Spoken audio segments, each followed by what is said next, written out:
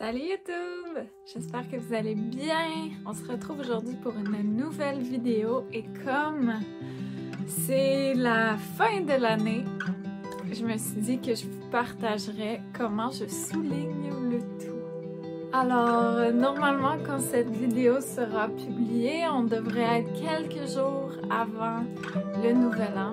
Et voilà, j'avais envie de vous partager comment je souligne le tout, qu'est-ce que je fais, quel rituel je fais, pour vous inspirer à trouver les vôtres. Ça fait des années maintenant que chaque 31 décembre, je suis seule. Je choisis en fait d'être seule et de passer cette soirée-là plutôt en mode introspectif.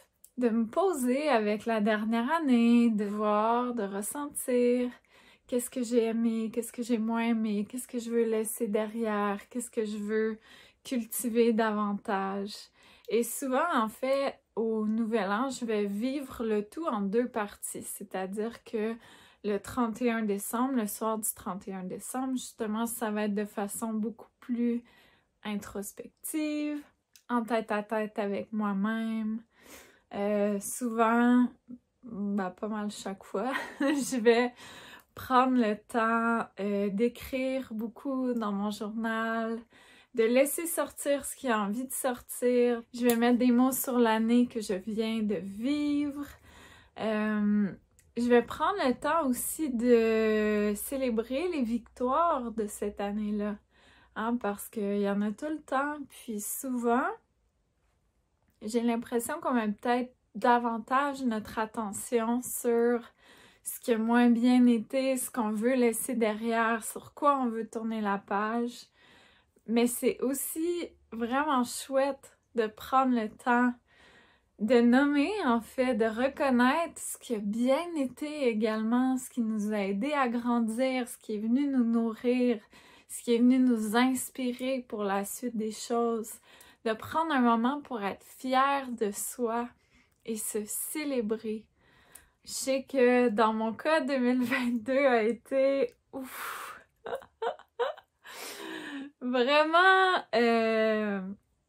intense.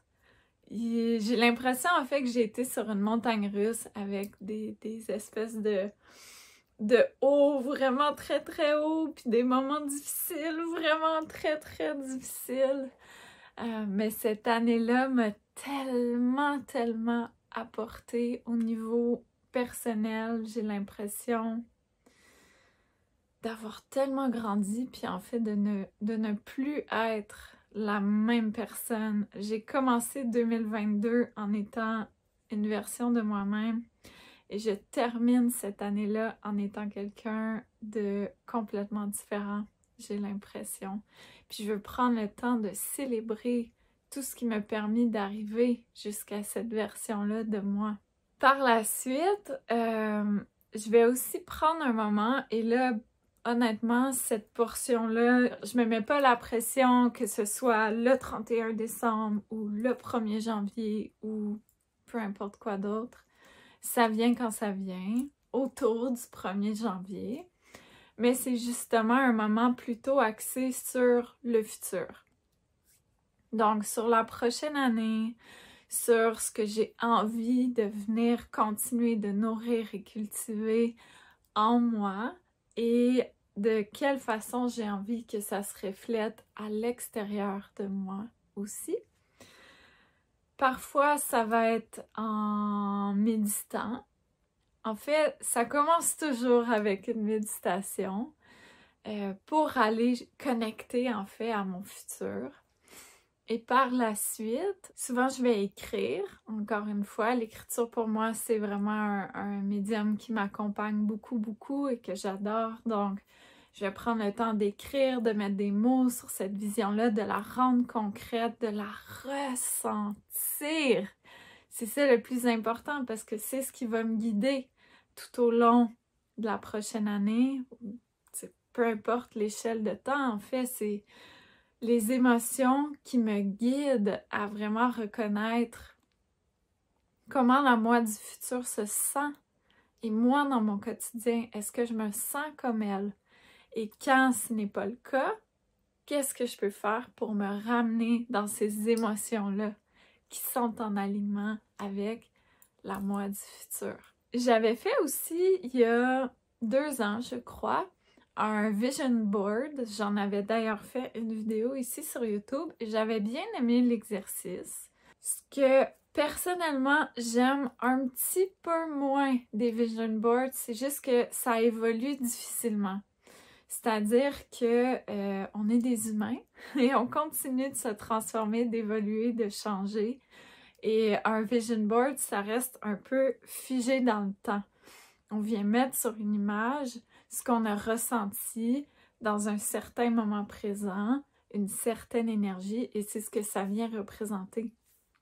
Mais ça se peut que dans 3 semaines, ce soit plus en alignement avec votre vision qui continue d'évoluer puis de se transformer elle aussi. C'est pas un problème en soi, en fait. Si vous adorez créer puis être dans cette énergie-là, ben parfait, soyez juste à l'écoute de l'évolution de votre vision pour justement, quand c'est le temps de changer votre vision board, changez-le. Restez pas avec cette vision concrète, hein? En fait, on le regarde à tous les jours, on l'a en plein visage de quelque chose qui serait pas tout à fait ce que vous cherchez à créer. Donc, on va voir.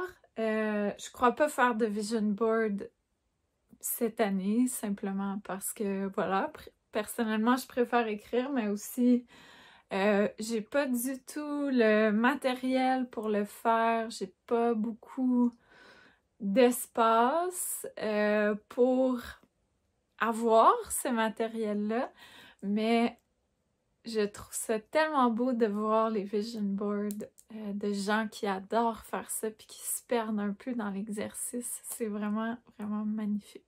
Donc, tout ça pour dire, la deuxième portion de mon exercice va se tourner davantage vers le futur pour entrer en contact avec cette future moi pour qu'elle puisse me guider tout au long de l'année par rapport à comment je veux me sentir au quotidien et de quoi ce quotidien est-il composé, comment j'ai envie qu'il évolue. Est-ce que j'ai envie qu'il évolue, hein? Parfois aussi, on a des périodes où on est simplement bien, tel que tout est en ce moment, et c'est tellement beau, tellement parfait de se déposer là-dedans. J'adore être en connexion avec cette future moi, en fait, dans mes méditations quotidiennes. C'est ce que je fais la plupart du temps. Donc voilà, c'est ainsi que je vais souligner, célébrer la nouvelle année. C'est fun en fait parce que par le passé, j'ai l'impression que ça faisait des années que j'arrivais au 31 décembre avec un soulagement.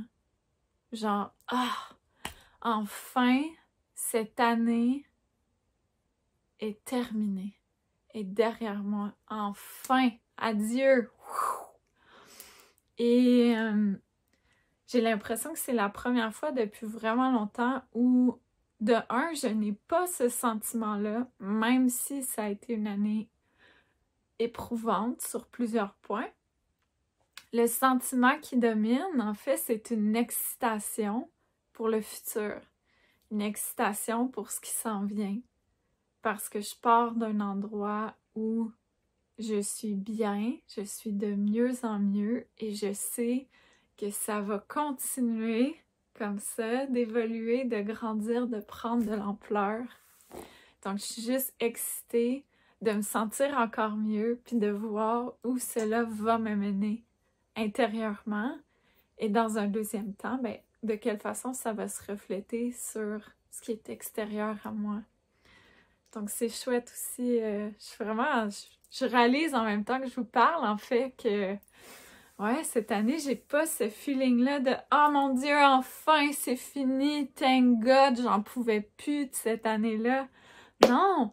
C'est comme « Ok, l'année est finie, cool, j'ai tellement grandi, évolué, maintenant, qu'est-ce qui s'en vient? Qu'est-ce qui me guide? Qu'est-ce qui m'appelle? Comment je peux cultiver encore plus à l'intérieur de moi ce sentiment de bien-être, de joie, de bonheur et de moment présent en fait, d'accueillir ce qui est présent en tout temps, que ce soit léger ou dense. C'est sûr que quand je suis ici avec vous, évidemment, je filme pas dans mes moments, en tout cas rarement dans mes moments un peu dans un creux, mais j'en ai moi aussi, puis j'apprends à les accepter, puis à me donner la permission de simplement être et exister dans le moment présent tel que j'ai besoin d'être et d'exister, sans jugement, sans essayer de changer ce qui est. Bref. OK! Fait que sur ce, je vous souhaite de belles réflexions. Je vous envoie plein d'amour. Mes meilleurs souhaits pour 2023. Que ce soit une année où peut-être vous apprenez à être dans votre cœur. Peut-être que vous nourrissez ce chemin-là, en fait, du cœur, que vous allez l'amplifier. Je vous souhaite d'être bien, je vous souhaite d'être bien. Et bien sûr, je vous souhaite la santé parce que quand on la perd, on se rend compte à quel point c'est important. Merci beaucoup pour la belle année qu'on a partagée ensemble. Merci pour votre présence, votre support. C'est tellement, tellement apprécié. Et j'ai hâte de voir où 2023 va nous mener ensemble, comment notre relation va évoluer. Sur ce, on se retrouve très bientôt pour une prochaine vidéo.